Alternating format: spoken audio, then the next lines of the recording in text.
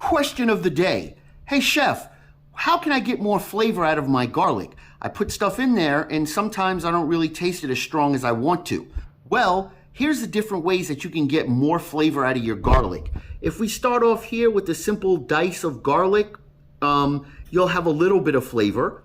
Here, with the strips of garlic, you have a little bit more flavor. Here, with your minced garlic, you have even more flavor, but this is the way you're gonna get your best amount of flavor out of your garlic. Let's find out why. So you'll get the most amount of flavor out of your garlic when you turn it into a paste because the paste releases more of the essential oils within the garlic.